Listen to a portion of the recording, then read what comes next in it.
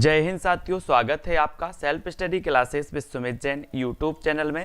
साथियों, आज का सेशन स्टार्ट हो चुका है, तो सभी लोग लाइव आ जाएंगे और वीडियो को लाइक कर देंगे। और रोज रात्रि 9 बजे अपनी ये लाइव क्लास चलती है दोस्तों हिंदी साहित्य की। ठीक है, हिंदी साहित्य में दोस्तों हम ओल्ड जो मॉक टेस्ट होते हैं उन पर चर्चा करते हैं, ओल्ड जो प्रश्न होते हैं उन पर चर्चा करते हैं। ठीक है, आप सभी लोगों को वीडियो को लाइक एक बार जरूर कर देना है। और जितने भी साथी अभी तक ऐप डाउनलोड नहीं किया है वो सेल्फ स्टडी क्लासेस का ऐप डाउनलोड प्ले स्टोर में जाकर के कर सकते हैं, और नीचे डिस्क्रिप्शन में भी इसकी लिंक दी है, तो आप इस लिंक से भी self study classes app download कर सकते हैं। यहाँ पर दोस्तों आपके लिए बहुत ही बढ़िया तरीके से एक कोर्स मैंने लॉन्च किया है हिंदी साहित्य का।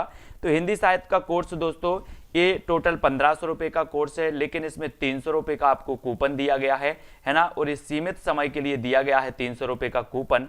तो आप 1500 की जगह एक कूपन कोड यूज करके ये जो कोड है, ये जो कोर्स है वो 1200 में खरीद सकते हैं दोस्तों, पीजीटी एग्जाम के लिए, टीजीटी एग्जाम के लिए। और दोस्तों ऐसे ही बहुत सारे एग्जाम हैं जिनमें दोस्तों आप ये कवर कर सकते हैं, है ना।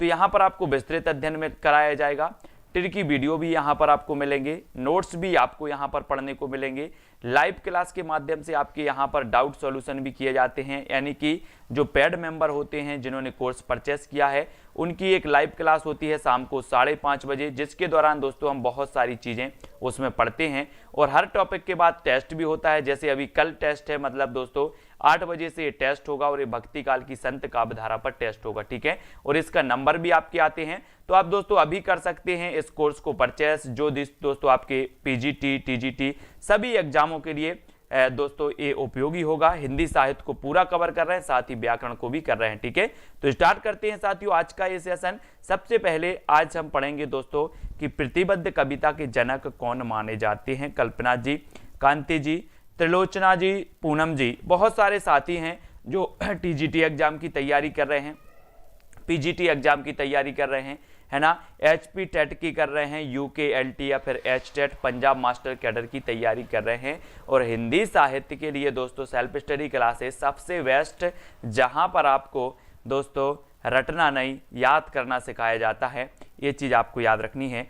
और प्रतिबद्ध कविता के जनक यहाँ पर बतानी, तो सभी लोग यहाँ पर कमेंट में लिखेंगे, है ना, पूरनमल जी, सीमा जी, ममता जी, और सभी लोग बताएंगे धनदेवी जी, एजुकेशन विजन, शशांक जी, सुमन जी, पूनम जी। उत्तर बताएं सभी लोग, प्रतिबद्ध कविता के जनक कौन है। प्रतिबद्ध कविता श्याम परमार जी हैं, अरुण कमल हैं, प्रभाकर माचबे या फिर परमानंद श्रीवास्तव। और दोस्तों यहाँ पर एक चीज आती है कि जब हम किसी चीज में प्रतिबद्ध हो जाते हैं, किसी चीज पर प्रतिबद्ध होते हैं, तो हमें क्या आता है, परम आनंद आता है। जैसे अगर आप प्रतिबद्ध होकर के क्या करेंगे, पढ़ाई करेंगे, तो आपको पढ़ाई करने भी क्या आएगा, परम आनंद आएगा। परम आनंद आएगा तो उत्तर भी क्या हो जाएगा, फिर उत्तर भी क्या हो जाएगा।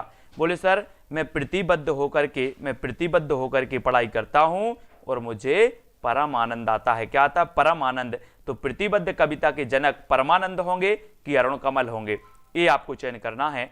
और ए का जो आपका सही उत्तर हो जाएगा, बोले सर प्रतिबद्ध कविता के जनक हैं परमानंद श्रीवास्तव। परमानंद श्रीवास्तव आपने बिल्कुल सही बताया है। ठीक है, ब्रिजमोहन जी, प्रतिबद्ध कविता के जनक परमानंद श्रीवास्तव माने जाते हैं, ये भी आपको याद रख लेना है।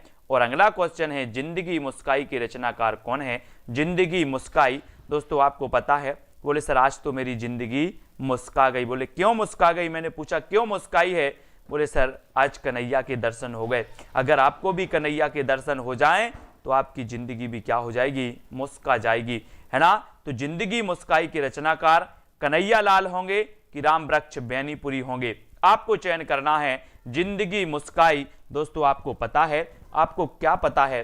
बोले सर मेरी जिंदगी मुस्काई, क्यों मुस्काई, कन्हैया जी के दर्शन हो गए, कन्हैया जी के, है ना। और अगर कन्हैया जी के दर्शन हो जाएं तो आपकी भी जिंदगी मुस्का जाएगी, है ना। जो दुखी जिंदगी है वो जिंदगी मुस्का जाएगी। तो जिंदगी मुस्काई क्यों, क्योंकि कन्हैया के दर्शन हो गए। तो कन्हैया लाल मिश्र प्रभाकर इसके रचनाकार हैं, ये आपको याद रख लेना है दोस्तों। और कन्हैया लाल मिश्र हिंदी के जाने माने निबंधकार माने जाते हैं, है ना। माटी हो गई सोना, आकाश के तारे धरती के फूल, है ना, आकाश के तारे धरती के फूल, दीप जले शंख बजे और बाजे पायलिया के घुंघरू, ये सभी दोस्तों किसके हैं, कन्हैया लाल मिश्र प्रभाकर के हैं, ये भी आपको याद रख लेना, ठीक है। माटी हो गई सोना, अगर दोस्तों आपके घर की माटी, आपके धरातल की माटी पर कन्हैया के पैर पड़ जाएं तो बोले सर माटी हो गई सोना, माटी हो गई सोना। क्यों? बोले कन्हैया के पैर पड़ गए तो माटी हो गई सोना, है ना। और शंख बजे, है ना, दीप जले शंख बजे, दीप जले शंख बजे, कन्हैया के मंदिर में दीप भी जलाते हैं और शंख भी बजाते हैं, तो दीप जले शंख बजे, ये भी कन्हैया जी की है। बाजे पायलिया के घुंघरू, कन्हैया लाल मिश्र प्रभाकर, ठीक है। अब बाजे पायलिया के घुंघरू के लेखक कौन है ये हमें यहां पर बताना है, नितिका जी, है ना, और सुषमा ठाकुर, कोयल यादव जी। बाजे पायलिया के घुंघरू ये हमें चयन करना है, इसके लेखक कौन है? कन्हैया लाल मिश्र प्रभाकर हैं, कन्हैया लाल ओझा हैं, कन्हैया लाल माणिक लाल मुंशी या सोहन लाल द्विवेदी। तो आपने बिल्कुल सही बताया है। क्या बताया है कि सर जो बाजे पायलिया के घुंघरू है, बाजे पायलिया के घुंघरू, ये कन्हैया लाल मिश्र प्रभाकर, कन्हैया लाल मिश्र प्रभाकर, ये नंबर आपका बिल्कुल सही हो जाएगा, है ना। ये नंबर बिल्कुल सही है। विनीता, अनीता जी, ये आपका सही है। जगत सच्चाई सार, जगत सच्चाई सार कविता की रचयिता कौन है? जगत सच्चाई सार। बोले सर ये जगत सच्चाई सार तो ये क्या है? बोले सर पाठ है, पाठ। जगत सच्चाई सार का पाठ पढ़ो, जगत सच्चाई सार का पाठ पढ़ो, जगत के झूठे सार का पाठ नहीं पढ़ना है। क्या पढ़ना है? जगत सच्चाई सार का पाठ पढ़ना है। तो जगत सच्चाई सार का क्या पढ़ना है? बोले सर पाठ पढ़ना है। तो इसके लेखक भी कौन होंगे? कौन होंगे? श्रीधर पाठक होंगे कि देवी दत्त शुक्ल होंगे? चयन करो सभी लोग। अंजू जी, ब्रिजमोहन जी, रीनू जी, जगत सच्चाई सार का हमें क्या पढ़ना है? बोले सर जगत सच्चाई सार का तो हमें पाठ पढ़ना है। पाठ पढ़ना है तो श्रीधर पाठक, पाठ पढ़ना है जगत सच्चाई सार का, है ना। तो श्रीधर पाठक, पाठक यानी सी नंबर आपका बिल्कुल सही हो जाएगा, ठीक है। सी नंबर आपने बिल्कुल सही चयन किया है। जगत सच्चाई सार कविता के रचयिता हैं श्रीधर पाठक। कौन है? श्रीधर पाठक। इसको याद रखो, फिर बढ़ जाते हैं धीरे धीरे आगे। और ये रचनाएं हमेशा पूछी जाती हैं। केली कौतुक, कली कौतुक, कली कौतुक रूपक के लेखक कौन है? कली कौतुक रूपक के लेखक कौन है? प्रेम घन, बालकृष्ण भट्ट, इनमें से कोई नहीं, या प्रताप नारायण मिश्र। तो कली कौतुक के रूपक के लेखक कौन माने जाते हैं ये भी आपको बताना है, ठीक है। सभी लोग, प्रतिभा जी, सभी के कमेंट देख रहे हैं, सभी लोग के देख रहे हैं। कली कौतुक रूपक के लेखक बताना है तो कौन हो जाएंगे? मैंने कहा कि ये फूल कैसे खिल गया, फूल कैसे खिल गया? बोले सर फूल खिलने में कली का प्रताप था। काय का प्रताप था? कली का प्रताप, कली का प्रताप था, कली का प्रताप। बोले सर ये तो कली का प्रताप है जो फूल अपने रूप में आज दिख रहा है। काय का प्रताप है? ये कली का प्रताप है। तो कली कौतुक रचना किसकी होगी? कली कौतुक रचना ये किसकी मानी जाएगी? तब आपने बिल्कुल सही आंसर बताया है कि सर ये प्रताप नारायण मिश्र की मानी जाएगी। और भारतेंदु युग के श्रेष्ठ कवियों में प्रताप नारायण मिश्र का नाम लिया जाता है। और दोस्तों ये याद रख लेना, प्रताप नारायण मिश्र, कली कौतुक, ठीक है। कली कौतुक इनकी रचना है। रविंद्र कविता कानन के लेखक कौन है? रविंद्र कविता कानन के लेखक कौन माने जाते हैं? रविंद्र कविता कानन, रविंद्र कविता कानन में बोले सर निराली ही गूंजती है। रविंद्र की कविता कानन में निराली ही गूंजती है। कैसे याद रखोगे? रविंद्र की कविता कानन में निराली ही गूंजती है। तो इसके रचयिता निराला होंगे कि प्रसाद होंगे? सभी लोग बताएंगे। रविंद्र की कविता कानन में निराली गूंजती है, निराली गूंजती है, तो इसके जो लेखक होंगे वो निराला होंगे कि प्रसाद होंगे? अब आपने चयन किया है कि सर रविंद्र की जो कविता है, रविंद्र कविता, वो निराली कानन में निराली गूंजती है ना, निराली गूंजती है। तो आपका उत्तर हो जाएगा निराला, आपका उत्तर हो जाएगा निराला। निराला, रविंद्र कविता कानन में निराली गूंजती है। तो निराला क्रांतिकारी कवि हैं दोस्तों निराला। छायावाद के आधार स्तंभों में नाम लिया जाता है निराला जी का। और हृदय का मधुभार काव्य रचना है तो किसका है? हृदय का मधुभार काव्य रचना किसका है?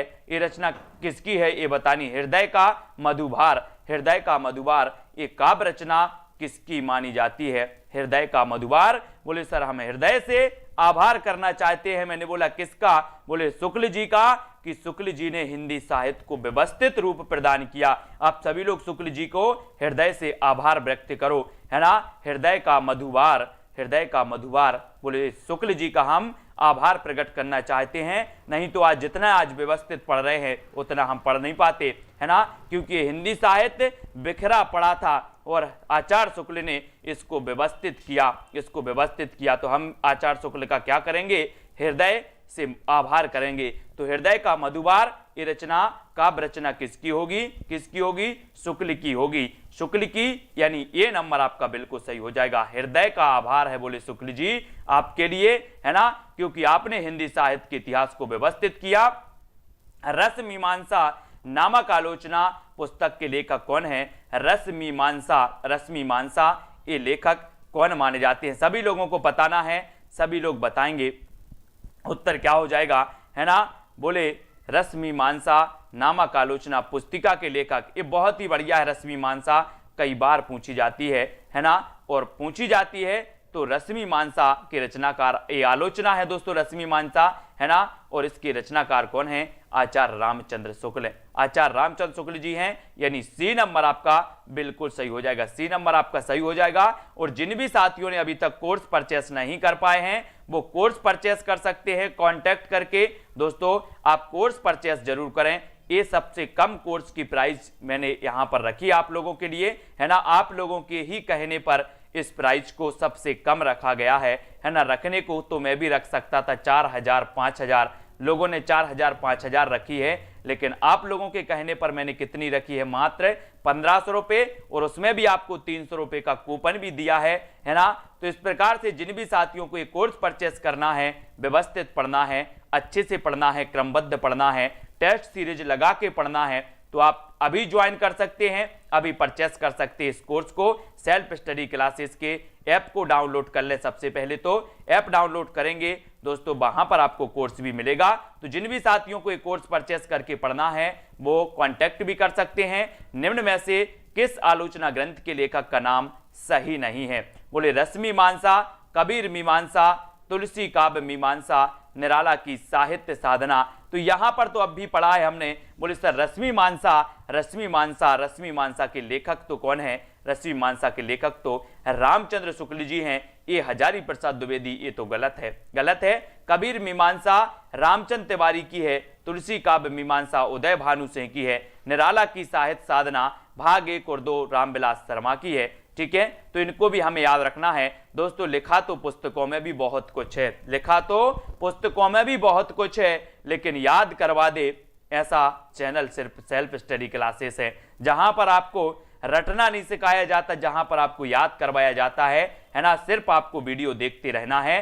समीक्षात्मक कृति आलोचना का पक्ष के लेखक कौन है, समीक्षात्मक कृति आलोचना का पक्ष के लेखक कौन है, सभी लोग बताएंगे। 139 का आंसर, और 139 में ममता जी, वैशाली जी, समीक्षात्मक कृति आलोचना का पक्ष के लेखक कौन माने जाते हैं, यहां पर आपका बिल्कुल सही आंसर हो जाएगा समीक्षात्मक कृति आलोचना का पक्ष, समीक्षात्मक कृति आलोचना का पक्ष, आलोचना का पक्ष रमेश चंद्र शाह रख रहे थे।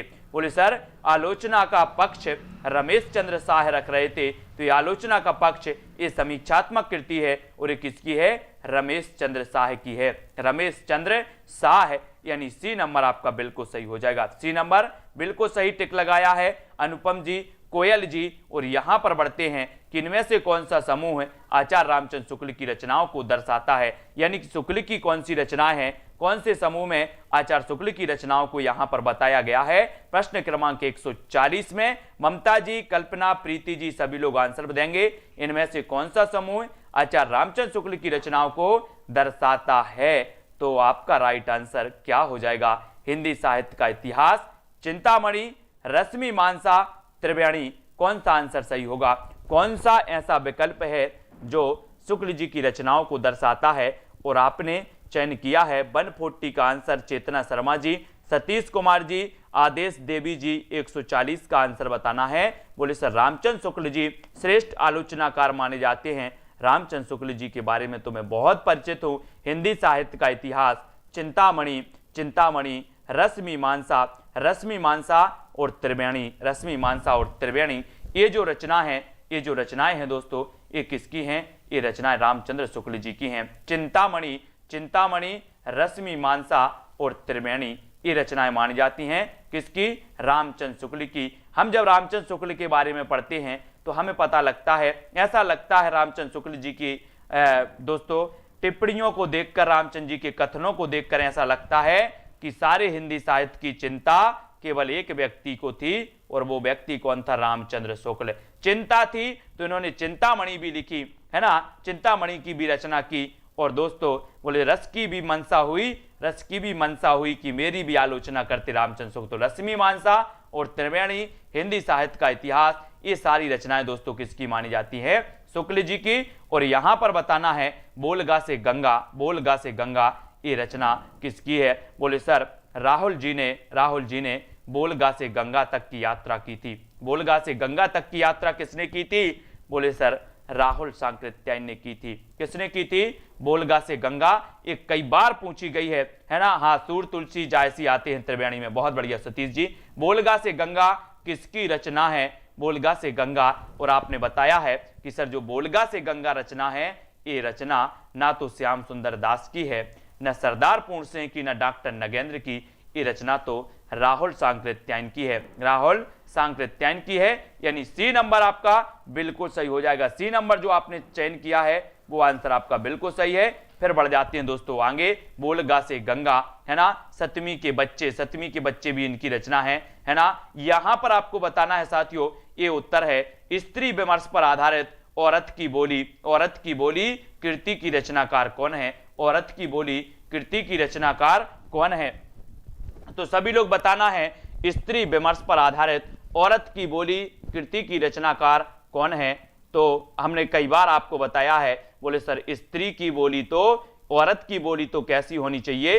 गीत जैसी होनी चाहिए। कैसी होनी चाहिए? गीत होनी चाहिए, गीत जैसी, है ना, गीत जैसी होनी चाहिए। औरत की बोली गीत जैसी होनी चाहिए। तो औरत की बोली कृति के रचनाकार कौन होंगे? गीताश्री। गीताश्री की रचना है, गीताश्री की औरत की बोली। और औरत की बोली कैसी होनी चाहिए?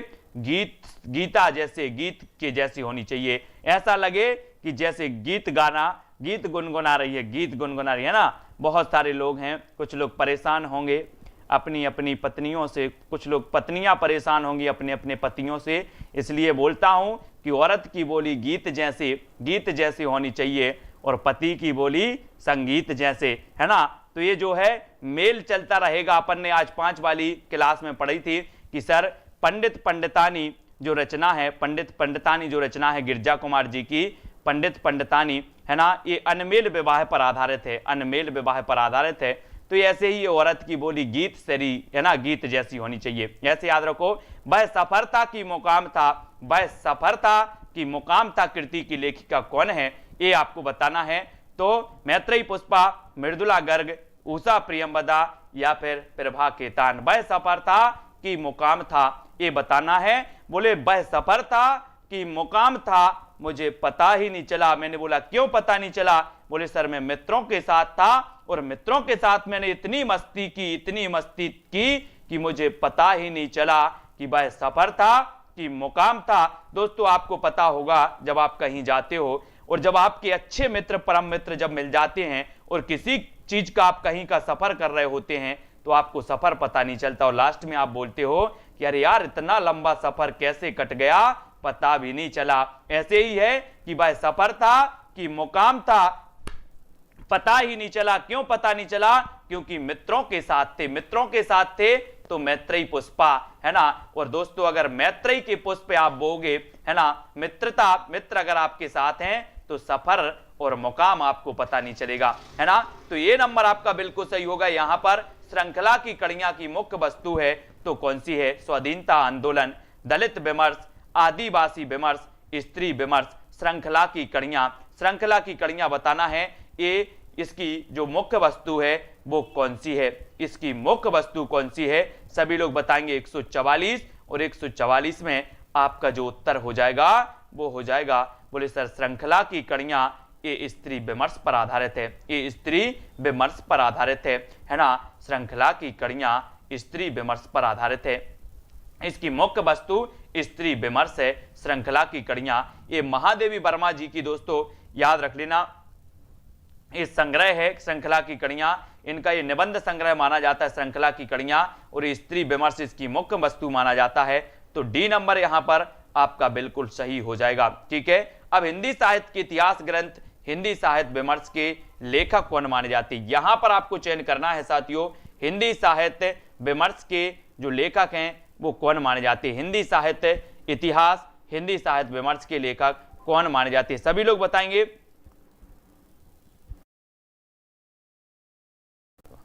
जल्दी से बताएं सभी लोग कि हिंदी साहित्य के इतिहास ग्रंथ हिंदी साहित्य विमर्श के लेखक कौन माने जाते हैं, सभी लोग चयन करेंगे।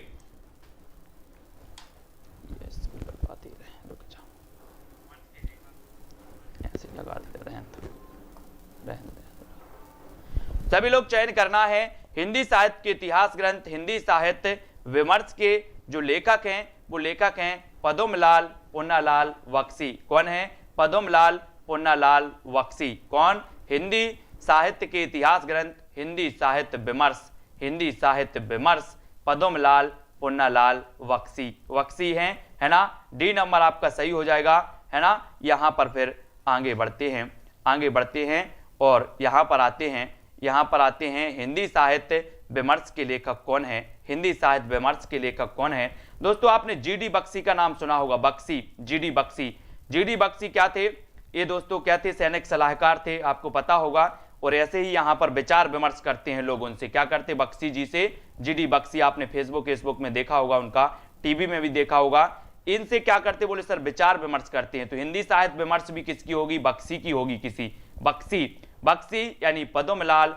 पुन्नालाल बख्शी। हिंदी साहित्य विमर्श करते हैं लोग किससे? बख्शी से। तो पद्मलाल पुन्नालाल बख्शी, है ना, बख्शी। हिंदी साहित्य की इतिहास भूमिका साहित्य इतिहास ग्रंथ इनमें से किसके द्वारा लिखा गया? हिंदी साहित्य की इतिहास की भूमिका मैंने याद करवाया था कि सर हजारी की भूमिका 40 की हो गई। हजारी की भूमिका 40 की हो गई। तो हिंदी साहित्य की इतिहास भूमिका जो है 1940 का ग्रंथ माना जाता है। और ये 40 की भूमिका हो गई है तो ये किसकी है? हजारी की भूमिका 40 की हो गई। तो याद कर लिया था आपने कि ये हिंदी साहित्य की भूमिका जो है ना, ये हिंदी साहित्य की भूमिका जो है ये किसकी है? हजारी प्रसाद द्विवेदी, है ना। हिंदी साहित्य की इतिहास की भूमिका। ये नंबर सी नंबर आपका बिल्कुल सही, बी नंबर आपका हजारी प्रसाद द्विवेदी बिल्कुल सही हो जाएगा यहाँ पर। ठीक है, आचार्य रामचंद्र शुक्ल कृत हिंदी साहित्य का इतिहास जो है प्रथमतः हिंदी शब्द सागर की भूमिका में किस शीर्षक से प्रकाशित हुआ था? ये तो कई बार प्रश्न पूछा गया है, सभी लोग एक बार लाइक कर देंगे। आचार्य रामचंद्र शुक्ल कृत हिंदी साहित्य का इतिहास प्रथमतः हिंदी शब्द सागर की भूमिका में किस शीर्षक से प्रकाशित हुआ? तो ये तो कई बार पूछा गया दोस्तों, आपको पता होगा कि आचार्य शुक्ल जी ने हिंदी साहित्य का इतिहास लिखा। और हिंदी साहित्य का इतिहास सबसे पहले ये शब्द सागर की भूमिका में, है ना, हिंदी शब्द सागर की भूमिका में ये हिंदी साहित्य के विकास शीर्षक से प्रकाशित हुआ था, है ना। हिंदी साहित्य का विकास शीर्षक से प्रकाशित हुआ था ये ग्रंथ 1929 में। फिर 1940 में ये हिंदी साहित्य के इतिहास नाम से प्रकाशित हुआ था, है ना।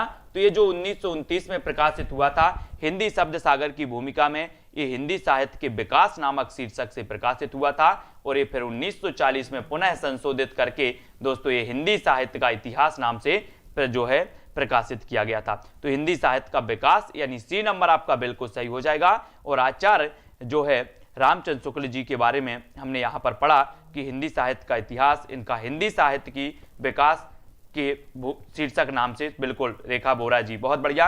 हिंदी साहित्य का वैज्ञानिक इतिहास के लेखक कौन है? वैज्ञानिक इतिहास दोस्तों आपको पता है, बोले सर वैज्ञानिक वही बनते हैं जिसमें बुद्धि होती है। वैज्ञानिक वही बनते हैं जिसमें बुद्धि होती है। और बुद्धि के देवता कौन कहलाते हैं? बोले सर गणपति। बुद्धि के देवता गणपति कहलाते हैं, बुद्धि के देवता गणपति। और बुद्धि उसी में होती है, बुद्धि जिसमें होती है वो कहाँ जाता है? वो बन जाता है क्या? वैज्ञानिक। वैज्ञानिक नॉर्मल आदमी बनेगा क्या?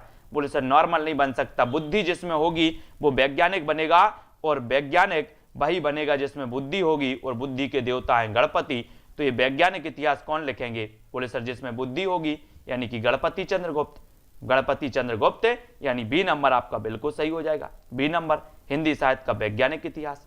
ठीक है। यहां पर आ जाते हैं समीक्षा के क्षेत्र में हजारी प्रसाद द्विवेदी का आगमन कब हुआ। समीक्षा के क्षेत्र में हजारी प्रसाद द्विवेदी का आगमन कब हुआ, प्रश्न क्रमांक 150 में आपको बताना है। और साथियों आप लोग कोर्स को परचेस जरूर करें, ऐप को डाउनलोड कर लें। शालिनी उपाध्याय, एस के राम मूरत जी, अनीता जी, सुनीता जी, कमला ठाकुर जी, सभी लोग ऐप को डाउनलोड कर लें। और ऐप में दोस्तों बहुत सारे साथी जुड़ चुके हैं जहां पर व्यवस्थित रूप से अध्ययन कर रहे हैं, है ना। और दोस्तों आप भी इस अध्ययन में, इस कोर्स में शामिल होंगे और अपना अध्ययन बहुत अच्छे से बनाएंगे, है ना। इसलिए समीक्षा के क्षेत्र में हजारी प्रसाद द्विवेदी का जो आगमन हुआ वो हुआ 1930 में। कब हुआ? 1930 में। 1930 में। वेरी गुड नितिका जी, 1930 में हजारी प्रसाद द्विवेदी का आगमन हुआ समीक्षा के क्षेत्र में। और बी नंबर यहां पर आपका बिल्कुल सही हो जाएगा, 1930 के आसपास हुआ। और उनकी प्रथम प्रकाशित कृति सूर साहित्य है जो 1934 ईस्वी में प्रकाशित हुई थी, सूर साहित्य। तो हजारी प्रसाद द्विवेदी के बारे में याद रखना कि सर 1930 में इनका समीक्षा के क्षेत्र में पदार्पण हुआ और सूर साहित्य इनकी प्रथम प्रकाशित कृति है 1934 में। 1934 में इसको याद रखना है। फिर यहां पर आते हैं कि मध्यकालीन बोध का स्वरूप के लेखक कौन है। बहुत बढ़िया, मध्यकालीन बोध का स्वरूप के रचनाकार कौन है? हजारी प्रसाद, राहुल सांकृत्यायन, रामचंद्र शुक्ल या फिर नामवार से हैं। यानी कि 151 का आंसर चयन करना है, 151 का आंसर। और दोस्तों ऐप सभी लोगों ने डाउनलोड कर लिया क्या? किस किसने app self study classes app download नहीं किया वो जरा कमेंट में बताएंगे। और मध्यकालीन बोध का स्वरूप के लेखक कौन है? तो मध्यकालीन स्वरूप के लेखक हैं दोस्तों हजारी प्रसाद द्विवेदी। कौन है? हजारी प्रसाद द्विवेदी। यानी आपका जो मध्यकालीन बोध का स्वरूप हजारी प्रसाद द्विवेदी। मंजू यादव जी, कोयल जी, वेरी गुड आंसर हर्षिता जी, ठीक है। फिर यहां पर आते हैं दोस्तों, यहां पर आपसे पूछा जाता है कि हिंदी साहित्य का आदिकाल, हिंदी का एक इतिहास ग्रंथ है, इस ग्रंथ के रचनाकार कौन है? दोस्तों हिंदी साहित्य में आदिकाल एक क्या है? एक काल है हिंदी साहित्य का, और ये प्रथम काल माना जाता है हिंदी साहित्य के इतिहास में। और हिंदी साहित्य के इस प्रथम इतिहास को दोस्तों आदिकाल की जो संज्ञा दी थी वो हजारी प्रसाद द्विवेदी ने दी थी। कई बार अपन ने पढ़ा है कि सर मैं आदिकाल को आदिकाल एक बार नहीं 1000 बार बोल सकता हूं क्योंकि ये आदिकाल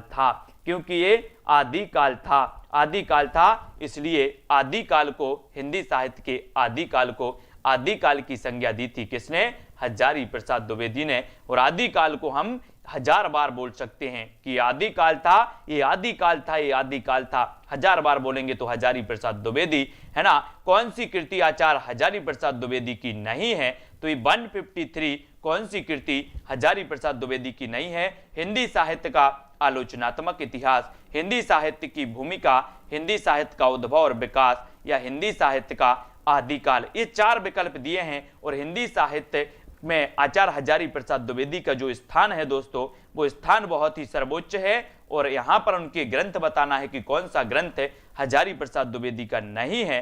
और 153 का उत्तर नितिका, है ना, भावना जी और राम मूरत जी, अनुपम पाल जी, सोनू, है ना, सोनू हो गया।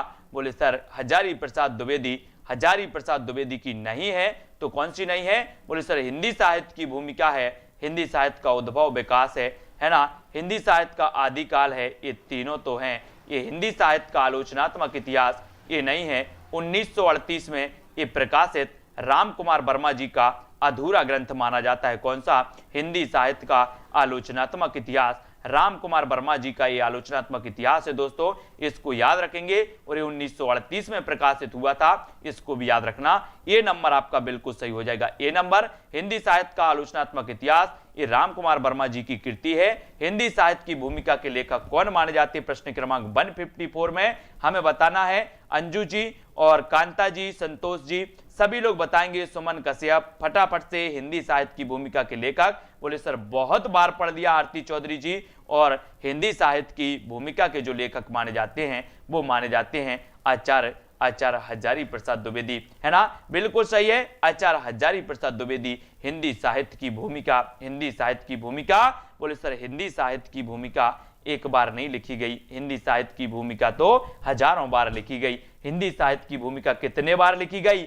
हजारों बार लिखी गई। तो तो हिंदी साहित्य की भूमिका के लेखक कौन होंगे, हजारी प्रसाद कि रामचंद्र शुक्ल। बोले सर हजारों बार लिखी गई तो हजारी प्रसाद ही होंगे, यानी बी नंबर आपका बिल्कुल सही हो जाएगा, बी नंबर। ठीक है, यहां पर आते हैं एक क्वेश्चन और आपका, यहां पर आपको पढ़ना है कि प्रयाग रामागमन के लेखक कौन है, प्रयाग रामागमन के लेखक कौन माने जाते हैं, बालकृष्ण भट्ट, प्रताप नारायण मिश्र, पूनम जी। आपको बताना है प्रेमघन या इनमें से कोई नहीं। सभी लोगों को बताना है शिवानी जी, वीरेंद्र जी, यश रत्ती जी, उमा देवी जी, प्रयाग रामागमन के लेखक कौन माने जाते हैं। और साथियों मैं कहता हूं कि 1200 रुपए कोई ज्यादा बड़ी राशि आपको देनी नहीं है इस कोर्स के लिए, तो इस कोर्स को परचेस करने में ज्यादा अपन को मेहनत करने की बात नहीं है ना। कोई आपको 3000, 4000, 5000 रुपए नहीं देना। ये कोर्स आपके लिए मात्र 1200 रुपए में उपलब्ध है। और इसमें दोस्तों आपको इस कोर्स को लेना है, और इस कोर्स को आप लेते हैं तो बहुत सारी चीजें आपको दोस्तों क्या हो जाएगी, याद हो जाएंगी। आप जितनी दिन से भी ये क्लास देख रहे होंगे, हिंदी साहित्य में बहुत सारी चीजें जो आपको कभी याद नहीं हुई वो चीजें याद हो जाएंगी, है ना। तो प्रयाग रामागमन के लेखक जो माने जाते हैं वो माने जाते हैं प्रेमघन। कौन माने जाते हैं, प्रेमघन माने जाते हैं। ठीक है, यानी कि सी नंबर आपका बिल्कुल सही हो जाएगा, सी नंबर प्रेमघन। ठीक है, हिंदी कोविद रत्नमाला बताना है इसके लेखक कौन है, हिंदी कोविद रत्नमाला। अब एक चीज बताना दोस्तों, यहां पर आया है क्या रत्नमाला। अब रत्नों की जो माला होगी वो सुंदर होगी कि नहीं होगी। बोले सर रत्नों की माला तो कैसी होगी, सुंदर होगी कि खराब होगी। सभी लोग बताएं जल्दी से, हिंदी कोविद रत्नमाला रत्नों की माला कैसी होगी। उत्तर तो आपको ही बताना है, और उत्तर सभी लोग बताना है, गूगल पे से हो जाएगा बिल्कुल, रमेश पांडे जी, है ना। सभी लोग बताएंगे कि रत्नमाला, हिंदी कोविद रत्नमाला। बोले सर रत्नों की जो माला होगी वो सुंदर होगी। कैसी होगी, सुंदर होगी। तो श्याम सुंदर दास, यानी बी नंबर आपका बिल्कुल सही हो जाएगा, सुंदर होगी रत्नों की माला। हिंदी कोविद रत्नमाला कैसी है, बोले सर सुंदर है ना। हिंदी शब्द सागर संपादित जो ग्रंथ है वो बताना, हिंदी शब्द सागर संपादित ग्रंथ है तो किसके द्वारा ये संपादित है दोस्तों। हिंदी शब्द सागर की भूमिका में जो रामचंद्र शुक्ल जी का हिंदी साहित्य का इतिहास है, हिंदी साहित्य के विकास शीर्षक नाम से प्रकाशित हुआ था। और हिंदी शब्द सागर जो संपादित ग्रंथ माना जाता है तो वो किसके द्वारा संपादित माना जाता है, तो ये हिंदी शब्द सागर की भूमिका में जो संपादित हुआ था ग्रंथ वो श्याम सुंदर दास नागरी प्रचारणी सभा के सदस्य थे। और नागरी प्रचारणी सभा के द्वारा ही इस हिंदी साहित्य के इतिहास को संपादित किया गया था, हिंदी साहित्य की शब्द सागर की भूमिका में हिंदी साहित्य के विकास शीर्षक से। तो इस समय दोस्तों बी नंबर श्याम सुंदर दास आपका बिल्कुल सही हो जाएगा, 157 का बी, हिंदी शब्द सागर संपादित ग्रंथ मादाना है तो संपादित बी नंबर श्याम सुंदर दास इनके द्वारा संपादित किया गया था, है ना। साहित्य लोचन की कृति के रचनाकार कौन है, श्याम सुंदर दास, है ना, या फिर राम कुमार वर्मा, लक्ष्मीकांत वर्मा, अशोक वाजपेयी, है ना। दोस्तों आपने देखा होगा साहित्य लोचन कृति बताना है। बोले सर साहित्य को हमने लोचन से पढ़ा है, साहित्य को हमने लोचन से पढ़ा है और ये बहुत ही क्या है, सुंदर है। साहित्य को हमने लोचन से पढ़ा है तो ये बहुत ही सुंदर है साहित्य की नहीं। बोले सर साहित्य में तो मजा आ जाता पढ़ने में, है ना। तो साहित्य को हमने काहे से पढ़ा है, लोचन से। तो कैसा लगा आपको, सुंदर लगा कि नहीं लगा। बोले सर साहित्य को लोचन से पढ़ा तो साहित्यालोचन, और लोचन से पढ़ा तो हमें कैसा लगा, सुंदर लगा। तो श्याम सुंदर दास यानी ए नंबर आपका बिल्कुल सही हो जाएगा, ए नंबर बिल्कुल सही बताया शशिकला जी, वेरी गुड आंसर। पुरानी हिंदी ग्रंथ के लेखक कौन है। और कल दोस्तों जो पेड मेंबर हैं जिन्होंने कोर्स परचेस किया है सभी साथियों का कल 8 बजे से टेस्ट होगा। संत काव्यधारा भक्ति काल में संत काव्यधारा का आपका टेस्ट है। आप संत काव्यधारा के जो 9 वीडियो हैं, 9 वीडियो को आपको पढ़ना है, 9 वीडियो को आपको पढ़ करके इस टेस्ट को देना है। और शाम को जब आपका रिजल्ट आए तो उस रिजल्ट में आपके नंबर भी अच्छे आने चाहिए, ठीक है। तो पुरानी हिंदी ग्रंथ के लेखक कौन है, पुरानी हिंदी ग्रंथ बताना है। इसके लेखक चंद्रधर शर्मा गुलेरी, नलिन विलोचन शर्मा, रामचंद्र शुक्ल, हजारी प्रसाद द्विवेदी। यहां पर बहुत सारे स्टूडेंट हैं जिन्होंने कोर्स को परचेस किया, है ना, कोर्स को परचेस करके वो भी उनको भी अच्छा लग रहा होगा कि कंटिन्यू जो है आप तक बहुत सारी चीजें आप तक पहुंच रही हैं, बहुत सारी चीजें आप पढ़ पा रहे हो, है ना।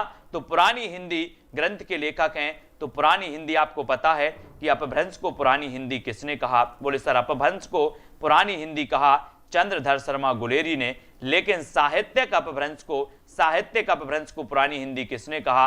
तो बोले सर साहित्यिक अपभ्रंश को कहा रामचंद्र शुक्ल ने, और पुरानी हिंदी ग्रंथ लिखा किसने? गुलेरी जी ने। गुलेरी जी, चंद्रधर शर्मा गुलेरी जी को अच्छे से पढ़ना है ना। इनकी हमने कहानियां पढ़ी थी, गुलेरी जी की कौन कौन सी पढ़ी थी कहानियां? इनकी 3 कहानियां जो प्रसिद्ध कहानियां मानी जाती हैं। बोले सर गुलेरी जी की तो बात मत बोलो, इन्होंने धीरे से आदिकाल को अपभ्रंश काल कह दिया, है ना। बोले सर अपभ्रंश को गोली मारो, तो आदिकाल को अपभ्रंश जो काल करने वाले हैं वो कौन है दोस्तों? उन्होंने कहा है गुलेरी जी ने अपभ्रंश काल आदिकाल को, है ना। और धीरेन्द्र वर्मा ने भी अपभ्रंश काल कहा है आदिकाल को। तो ये भी याद रख लेना है। पुरानी हिंदी के लेखक चंद्रधर शर्मा गुलेरी जी को पुरानी हिंदी। बोले सर अब तो पुरानी हिंदी को गोली मारो, अब नई हिंदी चालू हो गई है ना, हम लोग अब नई हिंदी जमाने में हैं।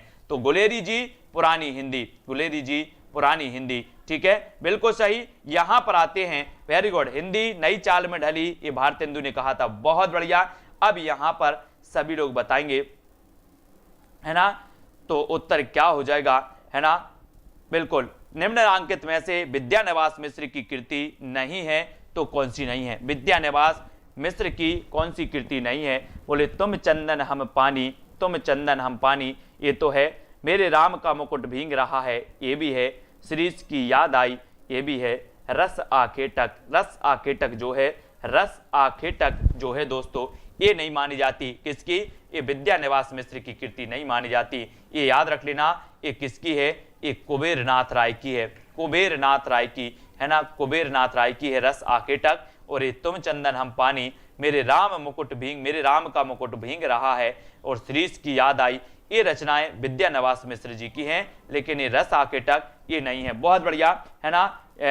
रेखा बोरा जी ने बिल्कुल सही बताया। गुलेरी जी की 3 कहानियां जो प्रसिद्ध कहानियां हैं, है ना, कौन कौन सी हैं? सुखमय जीवन, सबसे पहले सुखमय जीवन, है ना, 1911, सुखमय जीवन 1911, और बुद्धू का कांटा 1912, और दोस्तों जो उसने कहा था 1915, है ना, उसने कहा था 1915, बुद्धू का कांटा 1912 और सुखमय जीवन 1911 की रचना मानी जाती है। ये 3 रचना है किसकी? ये 3 रचनाएं मानी जाती हैं दोस्तों अपने, किसकी मानी जाती हैं? गुलेरी जी की कहानियां मानी जाती है, प्रसिद्ध कहानियां हैं।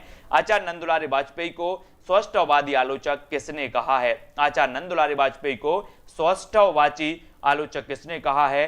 प्रमोद सैनी जी, कमला ठाकुर, एस जी, रेखा जी। आचार्य नंदुलारे वाजपेयी को स्वष्टवादी आलोचक किसने कहा है? स्वष्टवादी आलोचक, बहुत बढ़िया प्रश्न है।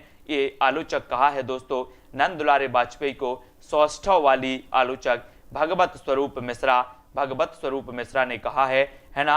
भगवत स्वरूप मिश्रा ने नंदुलारे वाजपेयी को स्वष्टवादी आचार्य आलोचक माना, यानी डी नंबर आपका सही है और बिल्कुल सही है दोस्तों। इन्होंने स्वरूप को समझा, नंदुलारे वाजपेयी के स्वरूप को समझा और स्वरूप को समझकर कह दिया कि ये स्वष्टवादी आलोचक हैं। पहले स्वरूप को जानेंगे और फिर उसके बारे में कहेंगे। हिंदी आलोचना से संबंधित पहली पुस्तक कौन सी मानी जाती है? हिंदी आलोचना से संबंधित पहली पुस्तक कौन सी मानी जाती है? नैषध चरित चर्चा, विक्रमांक देव चरित चर्चा, देव बड़े की बिहारी, हिंदी कालिदास आलोचना। और सभी लोग दोस्तों हिंदी टीजीटी पीजीटी वाले, जो यूपी टीजीटी पीजीटी वाले हैं, वो अपनी पढ़ाई को कमजोर मत रखें, क्योंकि ये पेपर तो होगा ही, ये पेपर का नोटिफिकेशन आएगा ही, जल्दी आए या लेट आए, लेकिन इसका आपको आ ही जाएगा। इसकी तैयारी को आपको दोस्तों कंटिन्यू करना है। इसमें कोई भी वो नहीं करना कि बोले सर अब नोटिफिकेशन तो आ नहीं रहा या नोटिफिकेशन नहीं आया, तो इसमें हम जब नोटिफिकेशन आएगा तब पढ़ेंगे।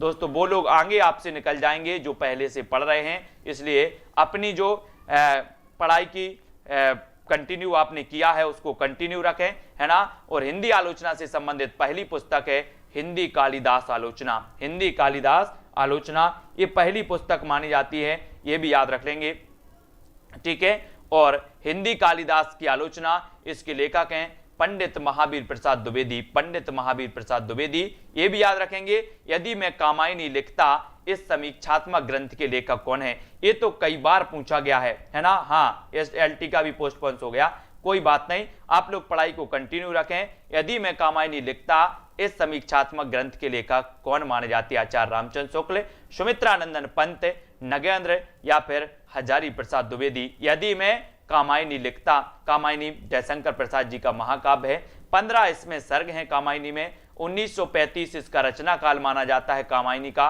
और दोस्तों, ये जयशंकर प्रसाद की अंतिम कृति मानी जाती है कामायनी। और कामायनी, यदि मैं कामायनी लिखता, ये किसने कहा? ये समीक्षात्मक ग्रंथ किसका है? तो बोले सर ये पंत का है। कामायनी लिखता, यदि मैं कामायनी लिखता, ये पंत ने, पंत की ये समीक्षात्मक कृति है, यानी बी नंबर आपका यहाँ पर बिल्कुल सही हो जाएगा। बिल्कुल सही है जितेंद्र जी, है ना।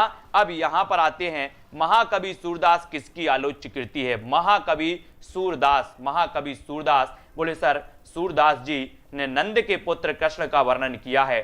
सूरदास जी ने नंद के पुत्र कृष्ण का वर्णन किया है, तो महाकवि सूरदास कृति नंददास की होगी कि रामचंद्र शुक्ल की होगी? ये आपको बताना है। महाकवि सूरदास ने नंद के पुत्र कृष्ण का वर्णन किया है, तो ये महाकवि सूरदास कृति किसकी हो जाएगी? किसकी हो जाएगी? रामचंद्र की या फिर नंद दुलारे वाजपेयी की? किसकी हो जाएगी? प्रीति गोयल जी, है ना, ये बताना है। और आपने बताया कि सर महाकवि सूरदास ये आलोच्य कृति है, तो आलोच्य कृति है नंद दुलारे वाजपेयी की, क्योंकि सी नंबर आपका यहां पर बिल्कुल सही हो जाएगा, सी नंबर। ठीक है, सी नंबर आपका सही है। और जिन भी साथियों को दोस्तों मैं बार बार बोल रहा हूं कि इस कोर्स को आप परचेस करके पढ़ाई अपनी बिल्कुल यथावत करें, और बोले, है ना, अब पछताए होत क्या जब चिड़िया चुग गई खेत, है ना। और यदि आपको मौका मिल रहा है पढ़ने का, व्यवस्थित पढ़ने का, और ऐसे पढ़ने का जिसमें आपको आनंद आता है, नहीं तो पढ़ाई तो सबको बोझ लगती है। इस क्लास का जो 40 मिनट है वो कैसे निकल जाता है, अपने आप से पूछ लेना कि सर एक 40 मिनट हमें खुद पता नहीं लगते कि हमारे 40 मिनट कब निकल जाते हैं, है ना। ऐसे ही दोस्तों आपको पढ़ाई करना है तो सेल्फ स्टडी क्लासेस ऐप से भी जुड़ जाइए, सेल्फ स्टडी क्लासेस कोर्स से भी जुड़ जाइए, और इसी प्रकार से पढ़िए। पंत जी और पल्लव शीर्षक से इनमें से किस साहित्यकार ने प्रसिद्ध समीक्षा लिखी? तो किसने लिखी? पंत जी और पल्लव। पंत जी और पल्लव, आपको पता है दोस्तों कि पंत जी की पल्लव जो रचना है वो छायावाद का मैनिफेस्टो इसे कहा जाता है, छायावाद का घोषणा पत्र इसे कहा जाता है पंत जी की पल्लव को। और पल्लव ने जो प्रसिद्धि दिलाई थी पंत जी को, उनकी बहुत ही महत्वपूर्ण कृति है पल्लव। और पंत और पल्लव, ये जो साहित्यकार ने समीक्षा लिखी है वो लिखी है किसने? निराला जी ने। बोले पंत भी निराले थे और पल्लव भी निराले थे, तो इन्होंने लिख दिया पंत जी और पल्लव निराले हैं। पंत जी और पल्लव निराले हैं, तो पंत जी और पल्लव ये समीक्षा लिखी थी किसने? निराला ने। पंत जी और पल्लव, निराला जी ने। ठीक है, जायसी नामक समीक्षा कृति के लेखक कौन है? जायसी। जायसी के बारे में हम कई बार पढ़ते हैं। बोले सर मलिक मोहम्मद जायसी जी को हम जानते हैं, है ना। ये सूफी काव्य धारा के प्रमुख कवि माने जाते हैं, महाकवि माने जाते हैं। इन्होंने पद्मावत महाकाव्य लिखा, अवधी भाषा में लिखा, और ये हिंदी का प्रथम प्रमाणिक महाकाव्य है। जायसी जी के बारे में बहुत अच्छे से आप लोग जानते हैं। और जायसी नामक समीक्षा कृति ये किसने लिखी है ना, ये किसने लिखी है? तो ये लिखी है दोस्तों किसने? विजय देव नारायण शाही। जायसी नामक समीक्षा कृति के लेखक हैं विजय देव नारायण शाही, विजय देव नारायण शाही। और बी नंबर आपका बिल्कुल सही हो जाएगा, बी नंबर आपका सही हो जाएगा, विजय देव नारायण शाही। जायसी नामक समीक्षा की कृति विजय देव नारायण शाही। उर्मिला किसका प्रबंध काव्य है? उर्मिला किसका प्रबंध काव्य है? नरेंद्र शर्मा का, रामेश्वर शुक्ल अंचल का, बालकरण शर्मा नवीन, या इनमें से कोई नहीं? सभी लोग बताएंगे। हिंदी साहित्य को हम कंप्लीट कवर कर रहे हैं उसमें दोस्तों, और हिंदी साहित्य में जो हम कंप्लीट कवर कर रहे हैं उसमें चाहे नेट जेआरएफ वाले हों, चाहे पीजीटी टीजीटी वाले हों, चाहे कोई भी हो, हिंदी साहित्य वाले जो भी हैं वो सभी इस कोर्स को परचेस कर सकते हैं, इस कोर्स को ले सकते हैं। ठीक है, उर्मिला किसका प्रबंध काव्य है? किसका प्रबंध काव्य है? सभी लोग बताएंगे, ये बताएंगे सभी लोग, है ना। बिल्कुल सभी लोग, सोनू जी, उर्मिला किसका प्रबंध काव्य है? प्रबंध काव्य बताना है उर्मिला। तो उर्मिला दोस्तों ये बालकरण शर्मा नवीन, बालकरण शर्मा नवीन क्या ये प्रबंध काव्य है, प्रबंध काव्य है उर्मिला। ठीक है, उर्मिला। आपने एक वो गाना सुना होगा, उर्मिला ए उर्मिला ए उर्मिला, सुना है सभी लोगों ने। ये उर्मिला ये भी दोस्तों प्रबंध काव्य है, और ये प्रबंध काव्य किसका, बालकृष्ण शर्मा नवीन का, बालकृष्ण शर्मा नवीन का है। ठीक है, और यहां पर दोस्तों आपके कितने मिनट पूर्ण हो जाते हैं, 45 मिनट पूर्ण हो जाते हैं, यानी कि आज का जो सेशन है वो कैसा हो जाता है, अब आपका ओवर हो जाता है। अब तो सिर्फ मैं एक ही चीज आपसे बोलूंगा कि आप लोग हिंदी साहित्य का एक कोर्स ज्वाइन करें, है ना। इसको दोस्तों आप, इसका जो कूपन कोड है सभी लोगों के बोलने पर इसका कूपन जो 300 रुपए का कूपन है उसको बढ़ा दिया गया। ठीक है, तो इस कूपन के माध्यम से 300 रुपए के डिस्काउंट के माध्यम से एक कोर्स जो आपको दोस्तों 1 साल तक वैलिड रहेगा, यानी कि 1 साल तक आप इस कोर्स को पढ़ पाएंगे। और ये हिंदी साहित्य का कोर्स जहां पर विस्तृत अध्ययन आपको मिलेगा, ट्रिकी वीडियो आपको मिलेंगे, नोट्स भी यहां पर आपको पढ़ने को मिलेंगे, लाइव क्लास भी मिलेंगी, हर टॉपिक के बाद टेस्ट मिलेगा, टीजीटी पीजीटी नेट, है ना, यूकेएलटी मास्टर कैडर सभी के लिए ये दोस्तों उपयोगी है। ये नंबर भी अपना नीचे दिया है, नंबर पर आप कांटेक्ट कर सकते हैं। और इसको दोस्तों आप सेल्फ स्टडी क्लासेस ऐप को डाउनलोड करके अपना जो अध्ययन है हिंदी साहित्य वाले, अपने अध्ययन को सफल बना सकते हैं, अपने अध्ययन को क्रमबद्ध कर सकते हैं, अपना अध्ययन बहुत अच्छा कर सकते हैं। खुशी शर्मा जी, ठीक है, मंजू यादव, सपना जी, प्रमोद जी, संतोष, हर्षिता, कल्पना जी, पुष्पेंद्र, वीरेंद्र जी, ममता जी, सभी लोग दोस्तों इसी प्रकार से पढ़े रहें। वो एक आपने वो सुना होगा कि हम तो जाते अपने गांव, सबको राम राम राम। बहुत ही बढ़िया लगता है दोस्तों जब ये सुनते हैं, तो क्या कहते हैं कि हम तो जाते अपने गांव, सबको राम राम राम। इसी प्रकार से पढ़ते रहें और सबको राम राम राम। आज की जो क्लास है वो दोस्तों खत्म हो जाती है। सभी लोग पढ़ें, पढ़ते रहें, बढ़ते रहें, अच्छे नंबरों से सभी लोग पास हों, है ना। ज्योत्सना त्रिपाठी, ममता जी, नर्मदा जी, है ना, मंजुला और अंजू जी। और दोस्तों साथ ही यहाँ पर एक टेस्ट सीरीज भी दोस्तों लॉन्च की गई है, हिंदी साहित्य की टेस्ट सीरीज, जिसमें 1000 प्रश्नों का संकलन है और 1000 प्रश्न दोस्तों उसमें आपको मिलेंगे। 1000 से ज्यादा ही मिलेंगे, लगभग 1500 के आसपास मिलेंगे। तो इस 1000 वाली जो प्रश्नोत्तर सीरीज है, इस टेस्ट सीरीज को आप लगा सकते हैं, इस टेस्ट सीरीज को खरीद सकते हैं। टेस्ट सीरीज भी मैंने लॉन्च कर दी हिंदी साहित्य की। ठीक है, तो जिनको टेस्ट सीरीज लगाना है वो टेस्ट सीरीज वाला परचेस कर सकते हैं। जिनको दोस्तों इस कोर्स से जुड़ना है, वीडियो भी आपको मिले जहां पर आपको दोस्तों ट्रिकी वीडियो भी मिले, जहां पर आपको बहुत सारा स्टडी मटेरियल भी मिले, उससे जुड़ जाओ और जुड़ते ही बहुत सारी चीजें आप तक पहुंचेंगी। ठीक है, उमा देवी, शिवानी जी, अक्षिता, विवेक, मोनिका जी, बबली जी, राम मूरत, ब्लॉगर, ज्योति जी, ममता, कमल जी, पवन जी, है ना, सरिता, सतीश कुमार जी, खुशी शर्मा जी, बिमलेश जी, बहुत सारे साथी इसमें जुड़ चुके हैं। लगभग 150 के आसपास सभी साथी इस कोर्स को पढ़ रहे हैं और बढ़िया पढ़ रहे हैं, मस्ती से पढ़ रहे हैं, है ना। देवेंद्र जी, अंजलि और सभी लोगों को मजा आ रहा है कि एक टेस्ट के बाद हम क्या कर रहे हैं, एक टेस्ट के बाद दोस्तों, एक कोर्स के बाद, एक चैप्टर के बाद हम टेस्ट दे रहे हैं। पढ़ाई इसी को कहते हैं कि जब आप एक चैप्टर कंप्लीट करते हो तो उसका आकलन करो। विवेक जी, है ना, लवली शर्मा जी, आरती चौधरी जी, लवकुश प्रसाद जी, सभी लोग, दीपिका शर्मा, कोमल कुशवाहा जी, बिट्टू कुमार जी, सुमन महाजन जी। तो जो साथी डीएसएसबी वाले, जो भी साथी हैं, डीएसएसबी वाले भी साथी जो हिंदी साहित्य वाले हैं, वो भी इस कोर्स से जुड़ सकते हैं। वीरेंद्र जी, एजुकेशन विजन, सुषमा ठाकुर, यश रत्ती जी, शिवानी गर्ल, है ना, आयुष सोलंकी जी और मधुराज जी, बहुत बढ़िया, है ना।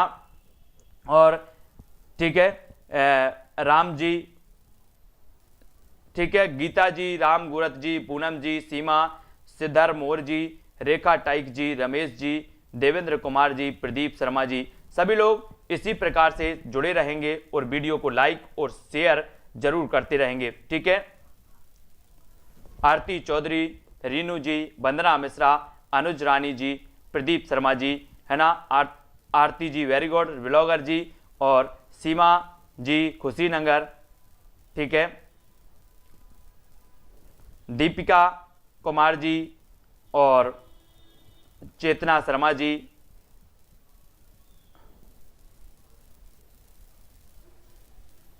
कांति, ज्योत्सना, बबलू जी, ब्लॉगर, विवेक जी, एजुकेशन जी, सभी को धन्यवाद। सभी लोगों के लिए दोस्तों आज के लिए बस इतना ही।